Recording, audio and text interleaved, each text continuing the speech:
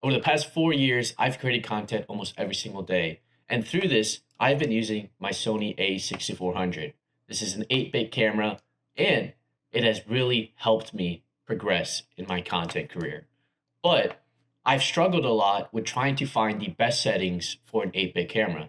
See, a lot of times you are held back using an 8-bit camera because picture profiles such as log don't exactly fit towards this.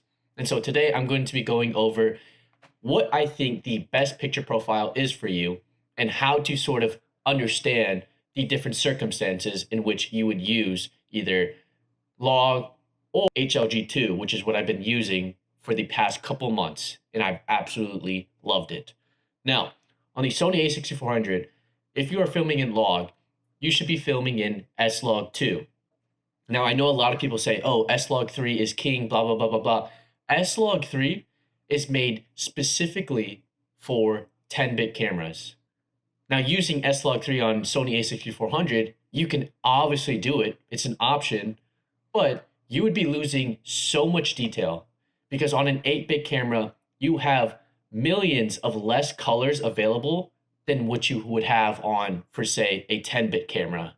And so because of that, you're not maximizing the capabilities of your 8-bit camera.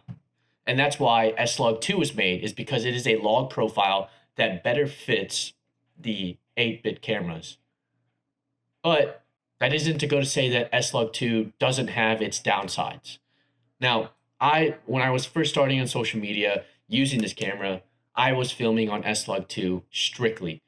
And I got a lot of good clips. But as time has gone on, I have noticed that there has been a lot of noise that has just really ruined some of the videos that I have. And so, realizing this, I decided to make a slight change and look at other picture profiles that would honestly be better. And that's where I discovered HLG2, which should be, I believe, picture profile 10, the default settings.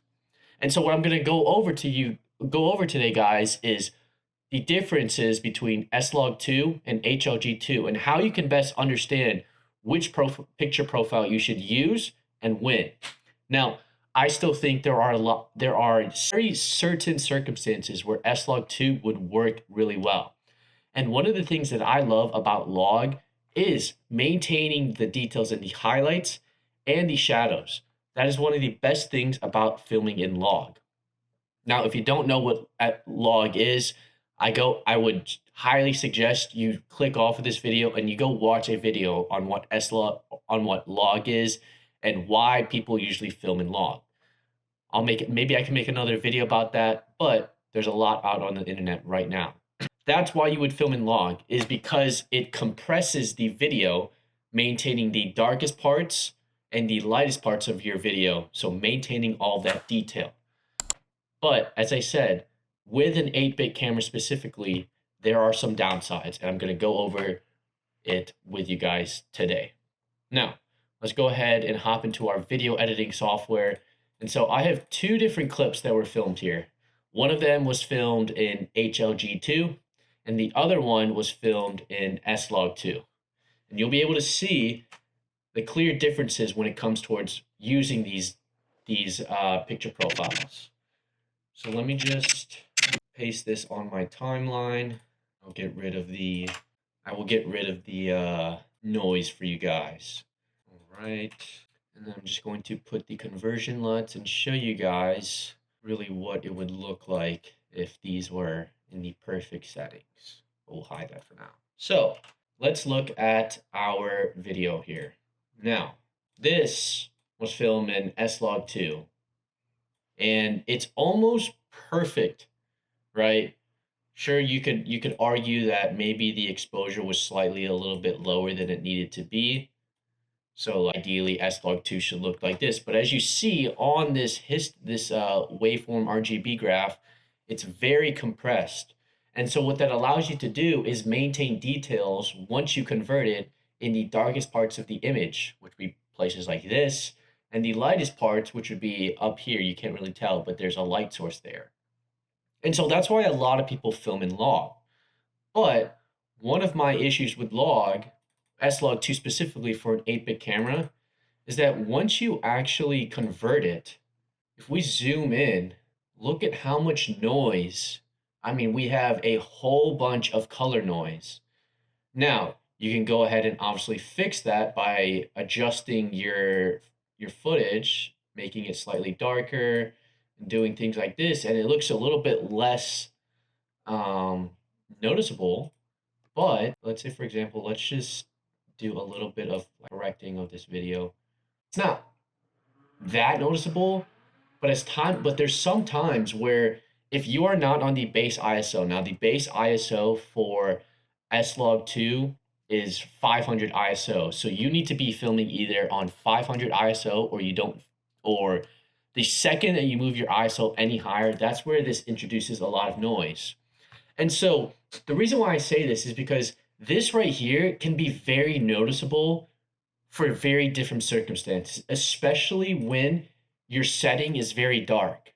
Now, that's why I say there are very specific circumstances where I believe using SLOG2 would be very beneficial, is because if you're in a very light environment, if the environment, maybe you're outside during the day or whatever environment you're in is very well lit and you're able to stay at the 500 ISO, I think it is very beneficial to use SLOG2, and I would honestly prefer it over HLG2.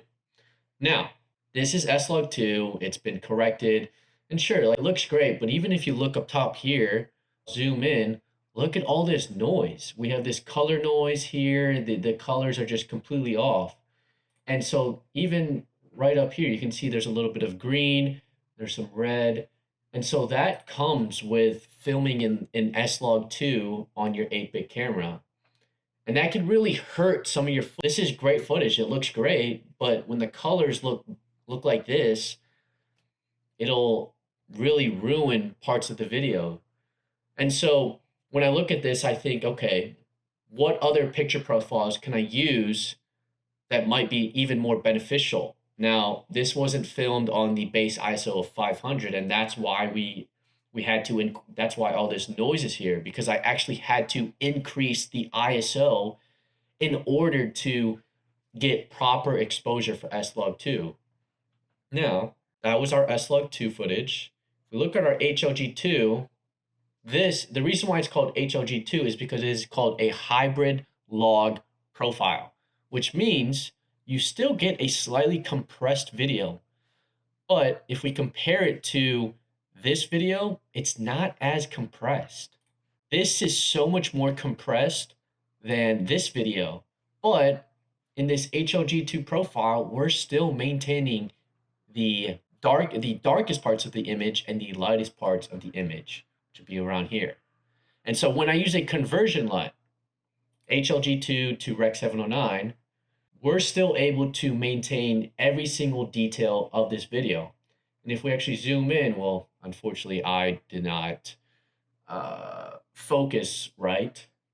But let's look at this. Let's just do a little bit of color grading on this, see how we can best make this look good. And so if we look at the footage after it's been converted, I mean, all of these white parts, there's little to no noise whatsoever. You really have to get into it to kind of find all the noise. So even if we get the perfect white balance, let's go over here too. I mean, sure, there's noise, but it's not color noise. And so the color of this poster looks very uniform. And if we go on myself, look, it's noise because this wasn't used the right focus. I screwed it up, but whatever, that's besides the point. There is no color noise on this, on me, little to none. And if we go to other areas that it's black, it looks good. Even over here, I mean, there's little to no noise. So you basically get a great video. And so again, when we're comparing the two videos, right, after they've been corrected, sure, this one, again, remove like the focus length. If I focus it correctly, we would have been able to do a better job. But look at how like colors are just not consistent. Whereas filming in HLG2 is so much more consistent. We're almost looking at what you would look at during the real eye. And so this is why over the past few months when I've been filming in HLG2, I've realized that it is such a more versatile picture profile for an 8-bit camera. And look, I love Log, and I think Log is great, but it just isn't really built for 8-bit cameras. And that's why I have fallen in love with HLG2. And I think that is the most versatile picture profile that works in almost any environment because you don't have to stay at the base ISO. This wasn't at the base ISO. I'm able to go up to around 3000 ISO and not incorporate all of this noise, color noise, into the video. And so this is, I just want to put this out there that I think for 95% of circumstances, HLG2 is going to be your best friend. And it's going to be the picture profile 10, and you're going to go ahead and film in that. Now, there is, again, one circumstance where I believe filming in SLOG2 is good, is if you're able to get perfect exposure, staying at the base ISO of 500 using SLOG2. If you are able to do that, meaning that the environment that you are in is very well lit, and you're able to stay at that base ISO, that will remove the issue that I had with my footage here of it having too much noise, color noise, regular noise. So that's what I think it is. And so really, when we look at what you should be filming in, right? Again, it depends on the circumstances, but I think for 95% of the circumstances, HLG2, which will be the normal default picture profile 10 on your 8-bit camera, is going to be your best friend. Now, this is just my personal preference, but I showed you guys in that on my video editing software the downsides of using SLOG2. And so while I think SLOG2 has its good, it looks great, it's just inconsistent. Looking through the past couple of years of me just forcing SLOG2 to work, I've realized that I don't need to force SLOG2. And so HLG2 has just made my videos look that much better, maintaining as much detail as possible, maintaining consistent color across multiple different environments. And so that's why I think HLG2 reigns supreme over SLOG2. But what do you guys think? Do you guys think I'm crazy? Is it just my camera, the Sony a6400, that is just limiting myself? I know it is. But again, with 8-bit cameras, and this one specifically, there is not a dual native ISO. And so I can only stick to the 500 ISO on this. Now, I don't know if any other 8-bit cameras have a dual native ISO, but either way, I think HLG2 is the most versatile, it's the most consistent, and to be honest, it requires a lot less work. I mean, if I wanted to, all I needed to do, this is all I need to do on my video editing software. This is out of camera, and then I have an adjustment layer. You guys can't see. Fuck. Let me see. Let me try to move myself. Sorry. This is what it looks like out of camera. And so all I have is an adjustment layer. And after I adjust it, use that adjustment layer, this is HLG2 to Rec 709 conversion LUT, you can honestly just post this and this will look great. Now, that's just my personal preference, but again, we look at SLOG2 and all of its downsides. I think the upsides of, using HLG2 far outweigh the benefits of using SLOG2. And so HLG2 for the win. If you like this video and you learned something new, or you decided that you're going to start filming using picture profile 10 HLG2, make sure to drop a like and subscribe. And yeah, if you want me to go over this exact settings that I use filming in HLG2 on my Sony a6400 or any 8-bit camera, let me know in the comments and I will go ahead and try to make that video for you guys.